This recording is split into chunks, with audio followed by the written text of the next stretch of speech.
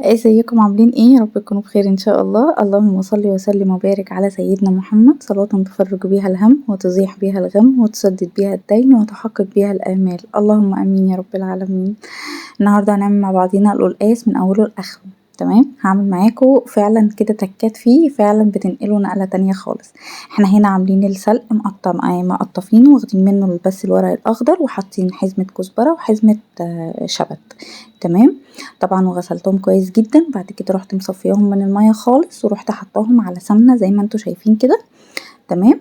وهسيبهم لغاية ما المية بتاعتهم تنزل خالص، يعني المية بتاعتهم تنشف زي ما انتوا شايفين كده ويهبط كده.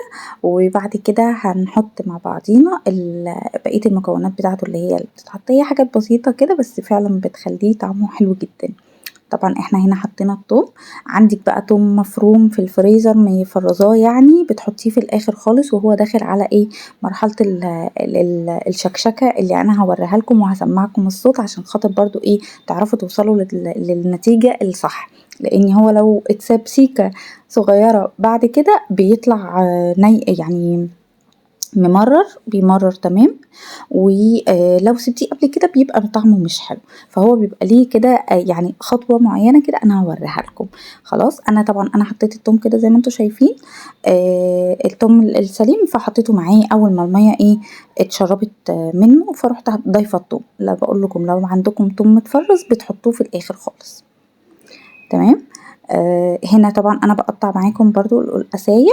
انا يا بنات انا ما كنتش بعمل قلقاس ولا بفرز ولا الكلام ده خالص، انا كنت باخد الحاجات دي من ماما. يعني بصراحة من ساعة ما بقى يعني بدأت تتعب فما بقتش تقدر تعمل الحاجات دي، يعني تفرز كتير، فبقيت ان انا بضطر ان انا ايه، يعني بقول كفاية عليها هي ايه تعمل لنفسها، فبقيت اعمل انا يعني. فدي طبعا دي تاني مرة ان انا اعمل. انا هسمعكم الصوت اهو.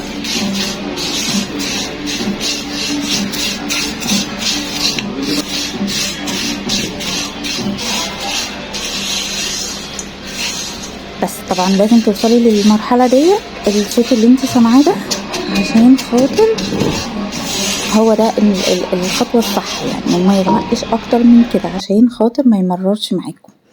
تمام. هنا هنرجع تاني للقلقاسية. خلاص انا ما بنغسلهاش، احنا يا دوبك بنقشرها وبنبقى واخدين بالنا جدا واحنا بنقشرها عشان يعني ما يوصلهاش تراب وكده.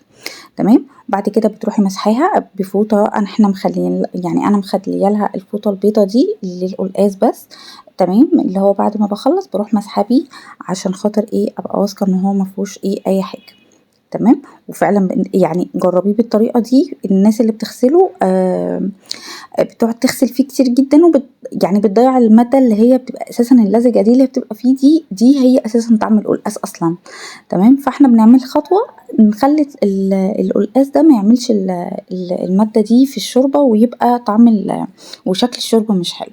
احنا بنحط حاجة كده برضو بنخلي ايه الشوربة بتاعتنا تبقى طعمها برضو حلو. خلاص انا كده قطعته زي ما انتوا شايفين كده حلقات مدورة، وبعد كده رحت مقطعه مكعبات صغيرة زي ما انتوا شايفين. تمام. برضو برجع انشف فيه كده. انا الخطوة دي عملتها بالليل، وعملت السلق بالليل، وقمت تاني يوم ايه كنت بسهل على نفسي يعني، وقمت تاني يوم الصبح عملت الاكل لولادي.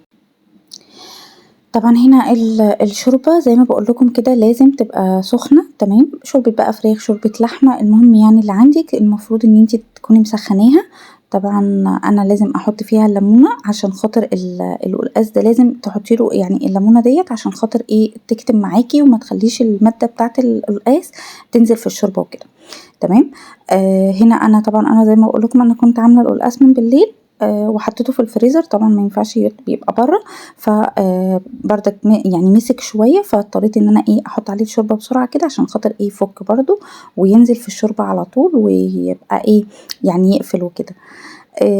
طبعا هسيبه لغايه ما يستوي، وهوريكم بقية الخطوات برضو اللي هي بقى ايه بتنقل القلقاس. صدقوني والله لو جربتوه بالطريقة دي هتعجبكم جدا، يعني انا الطريقة دي بتاعت امي بتعملها من زمان جدا جدا، فعايزة اقول لكم إيه يعني الكل بيحب ياكلها من ايديها بجد والله العظيم. فعلا لما يعني بيبقى حد عايز يجي عندنا يقول لها اعملي لنا قلقاس.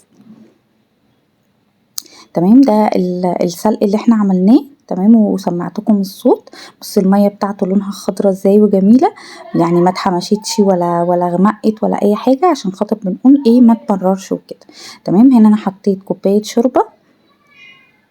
زمان كانوا بيقعدوا يعملوها بقى بايد الهون وبيعملوها، عارفين انتوا، كنت انا بشوف ماما زمان كانت تحطها كده في حله وتمسك ال الايد بتاعه الهون اللي هي التقيله دي، وتفضل تكحت فيها كده لغايه ما تعملها. الحمد لله دلوقتي بقى عندنا الهاند بلندر دي حاجه يعني مريحه جدا. بس فهنا بقى هي دي الخطوه اللي انا بقول لكم عليها اللي ماما بتعملها. طبعا احنا حطينا هنا السلق استوى، حطينا هنا حبة كزبرة خضرة. تمام، برضو ياخدوا غلوة مع القلقاس كده برضو وهو بيستوي في الشوربة.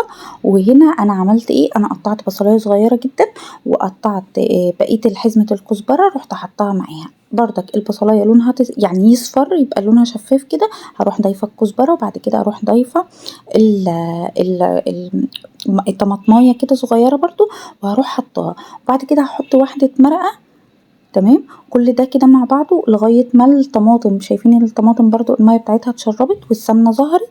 ده كده الخطوه اللي انا المفروض اللي انا عايزاها، عشان ما يبقاش طعم الطماطم ني برضو في ايه، في الشوربه.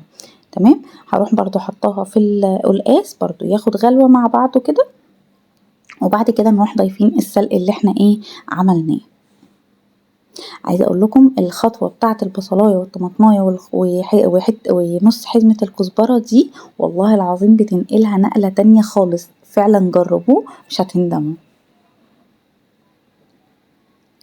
تمام، طبعا هناخد كل اللي في الكوبايه، يعني مش هنسيبها، ده سلق، ده السلق ده هو اللي بيخلي اساسا طعم القلقاس تحفه، وبيديله لون كده وبيبقى فعلا حلو قوي قوي يعني. بس وزي ما انتوا شايفين كده ده اللون النهائي بتاعه والشكل النهائي بتاعه. عايزه اقول لكم بجد يعني طعمه كان تحفه. جربوه وان شاء الله مش هتندموا زي بقول لكم. ويا رب الفيديو يكون عجبكم، ولو عجبكم ما تنسوش تعملوا لايك والشير والاشتراك عشان كل جديد يوصل لكم. لو حابين تشوفوني تاني ان شاء الله.